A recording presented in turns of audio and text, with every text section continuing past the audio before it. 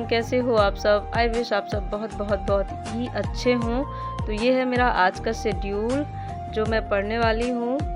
तो आज मैंने सबसे पहले ग्रामर जो मैंने एनसीईआरटी की बुक से क्लास 7th की बुक से पढ़ना स्टार्ट किया है। तो उसमें मैं आपको दिखा देती हूँ कि 33 चैप्टर हैं कुल मिलाकर। तो ये 2 दिन से मैं वैसे भी पढ़ रही हूँ ये बुक।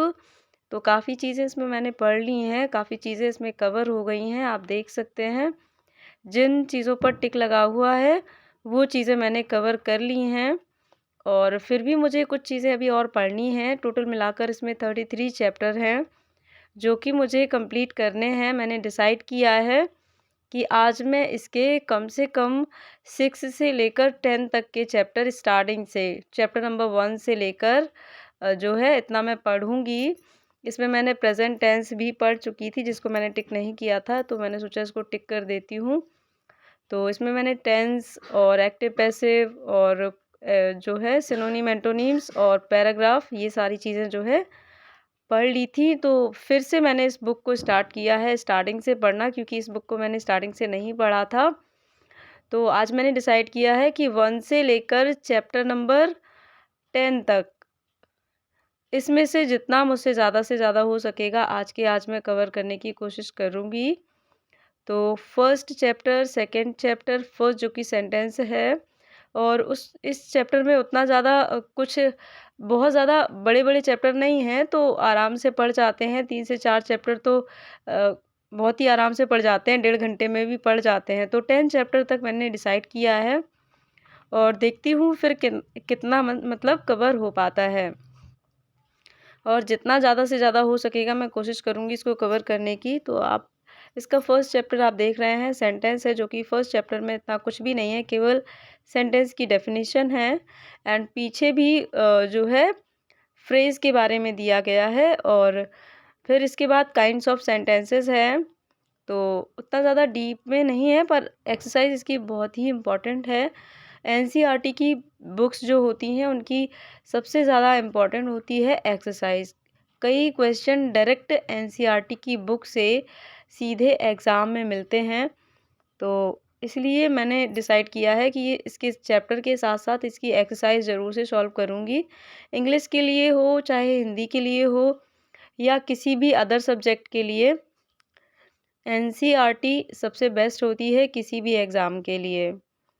तो आज मैंने इस चैप्टर को इस बुक को काफ़ी कवर करने की कोशिश की है, देखते हैं।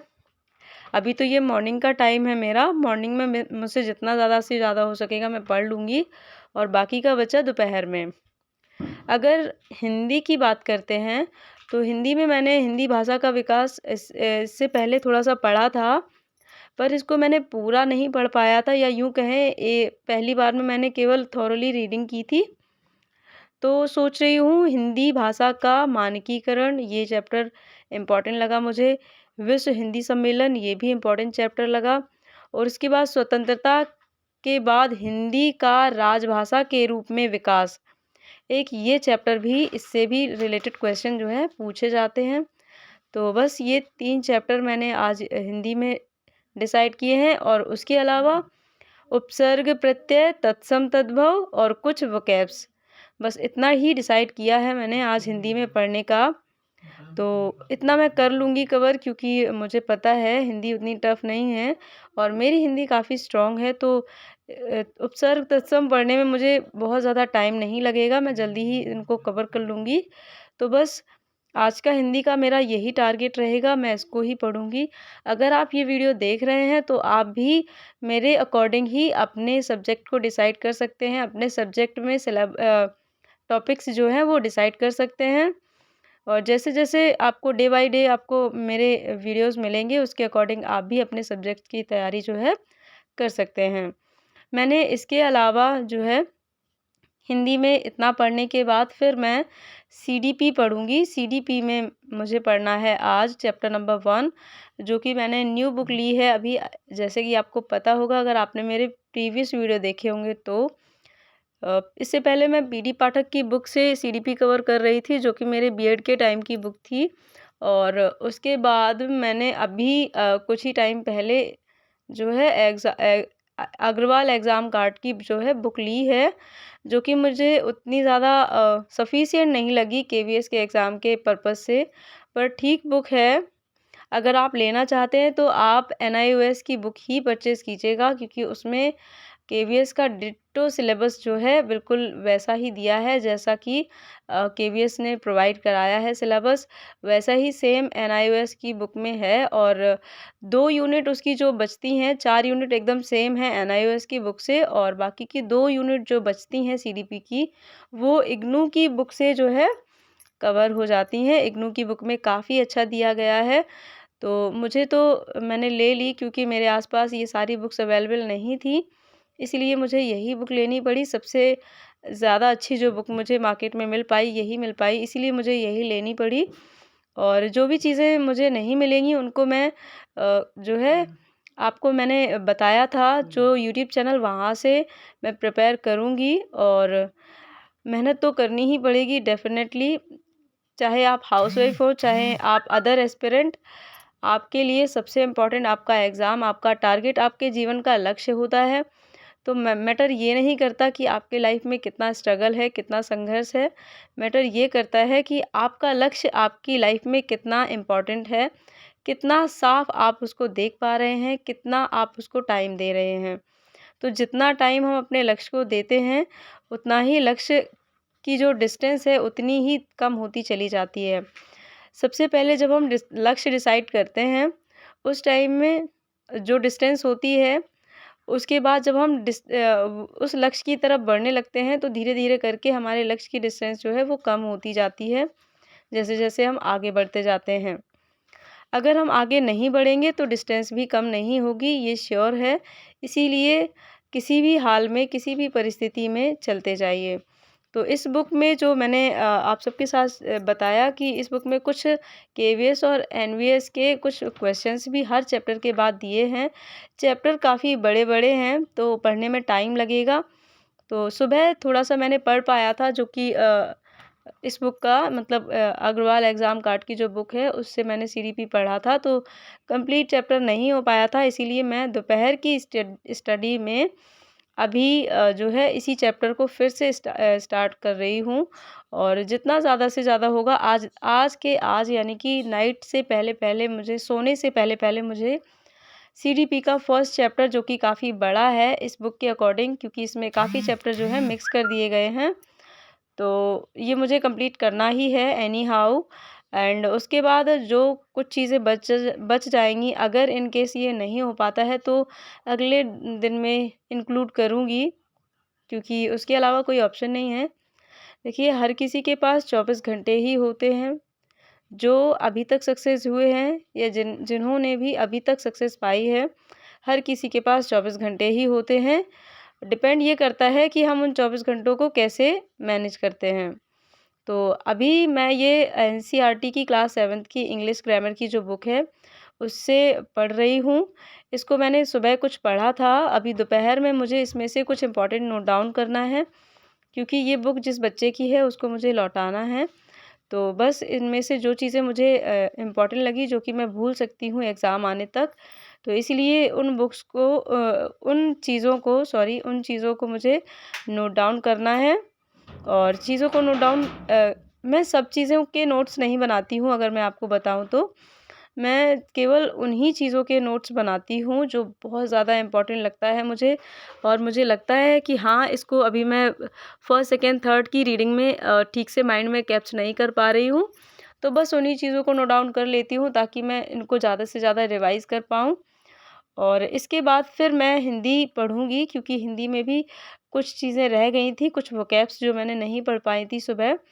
तो मैं कभी-कभी चैप्टर वाइज़ डे को डिवाइड कर लेती हूँ, मतलब एक दिन में जो मैंने टाइम डिसाइड किया है, उसमें एक टाइम में एक सब्जेक्ट, दूसरे टाइम में दूसरा, और तीसरे टाइम में तीसरा। और कभी-कभी मैं क्या करती हूँ, आधा-आधा घंटा या 15-15 मिनट या 20-20 मिनट, जैसा भी मेरे पास टाइम होता है, उसके अकॉर्डिंग सारे सब्जेक्ट को एक साथ रख कर थोड़ा-थोड़ा टाइम दे के पढ़ती जाती हूँ। इससे क्या होता है कि कोई भी सब्जेक्ट जो है कभी-कभी ज़्यादा टाइम खा जाता है, कभी-कभी किसी सब्जेक्ट को टाइम बिल्कुल नहीं मिल पाता है। तो बस कभी-कभी चीज़ों को मैनेज करने के लिए अपनी रणनीति बदलनी पड़ती है। तो मेरी जो प्लानिंग होती है वो पर डे चेंज होती है। मुझे कब कैसे पढ़ना है मुझे खुद नहीं पता होता है, क्योंकि हर किसी की लाइफ में बहुत सारे स्ट्रगल्स होते हैं। हर किसी का दिन एक जैसा नहीं होता है रोज़। तो बस जैसे ही चेंजेस आते हैं मेरे दिन में, वैसे ही मैं अपना डे प्लान कर लेती हूँ। तो आपसे भी मैं यही सजेस्ट करूँगी कि आप जैसे चीज़ें हों उसी के अकॉर्डिंग मैनेज कीजिए, क्योंकि अगर आज आप चीज़ों को मैनेज कर लेंगे, तो आगे की आपकी जो लाइफ होगी, यानी कि आगे के जो आने वाली ईयर्स होंगे, वो आपके लिए फ्रूटफुल होंगे, बहुत ही ज़्यादा जो है अच्छे हो सकते हैं, अगर आज आप संघर्ष करके चीज़ों को मैनेज कर ले जाएँ तो। क्योंकि बिना कुछ मैनेज किए जो है चीज़ें कभी भी एडजस्ट नहीं होती हैं। अगर आप ये सोचते हैं कि परिस्थितियाँ ठीक होंगी या जब सही समय आएगा तब, या कोई मेरी हेल्प करेगा तब, तो ये सब चीज़ें अपने आप को बहाने देने जैसी होती हैं। अपने आप को कह सकते हैं, जो चीज़ मुझे नहीं कहनी चाहिए मैं कह रही हूँ, कि अपने आप को विकलांग बनाने जैसी होती हैं। अगर आप चीज़ों को अपने आप में स्वयं में करने की कोशिश करेंगे, खुद की रिस्पॉन्सिबिलिटी पर सारी चीज़ें करने की कोशिश करेंगे, तो आप कभी भी जो है हारेंगे नहीं। तो ये है मेरा अभी नाइट का स्टडी टाइम, जिसमें मैंने केवीएस के लिए जो यूथ पब्लिकेशन का प्रैक्टिस सेट लिया था, तो उसका आज मुझे प्रैक्टिस सेट 1 जो है कंप्लीट करना है। और इसको कंप्लीट करने के बाद इसको मैं जज करूँगी कि मैं कितना कर पा रही हूँ। और फिर इसके बाद बताती हूँ कि इसका स्कोर क्या रहा, क्योंकि आज तो मैं सिर्फ़ इसको सॉल्व ही कर पाऊँगी, और इसका जो मार्किंग होगा वो नेक्स्ट डे इसको चेक करूँगी तभी पता चलेगा। तो नेक्स्ट डे जब नेक्स्ट वीडियो अपलोड करूँगी, तो उसके साथ इसके मार्क्स मैं ज़रूर से शेयर करूँगी आप सबके साथ में। तो अभी मैं जो है सबसे पहले ये जो मॉडल पेपर है, ये बिल्कुल केवीएस के न्यू पैटर्न के अकॉर्डिंग ही दिया गया है। जैसे पीआरटी का जो दिया गया है सिलेबस, उसी के अकॉर्डिंग इसमें प्रैक्टिस सेट दिए गए हैं। तो इसको करने से बहुत आसानी हो जाएगी चीज़ों को समझने में कि किस तरह के पेपर आएँगे। हालाँकि प्रैक्टिस सेट जो केवीएस की प्रिपरेशन के लिए जो है इनफ नहीं होंगे प्रैक्टिस सेट्स, क्योंकि मॉक टेस्ट सबसे ज़्यादा इम्पॉर्टेंट होंगे। मॉक टेस्ट अगर हम देंगे तभी हमारी तैयारी जो है निखर कर आएगी। तो मॉक टेस्ट मैं फ़ेब में ही प्लान करूँगी, अभी मैंने ऐसा कुछ भी प्लान नहीं किया है। जो भी मेरे पास स्टडी मटेरियल है, यानी कि बुक है और यूट्यूब की मदद से, इन सब चीज़ों से ही मैं पहले जनवरी में अपना पूरा सिलेबस अच्छे तरीके से कंप्लीट कर रही हूँ, और ज़्यादा से ज़्यादा क्वेश्चन प्रैक्टिस हो सके, इसीलिए मैं जितने भी मेरे पास ओल्ड प्रैक्टिस सेट्स हैं और जो अभी केवीएस के लिए न्यू लिया है वो, इन सभी चीज़ों को मैं जो है अपनी स्टडी में पर डे इंक्लूड करती हूँ, ताकि मुझे चीज़ें जो है अच्छे से समझ में आएँ, और क्वेश्चन का भी एक आइडिया रहता है कि किस टाइप के क्वेश्चन आ सकते हैं। तो बस फ्रेंड, मेरा आज का वीडियो बस इतना ही। आई होप वीडियो अच्छा लगा होगा। किसी भी वजह से वीडियो अच्छा लगा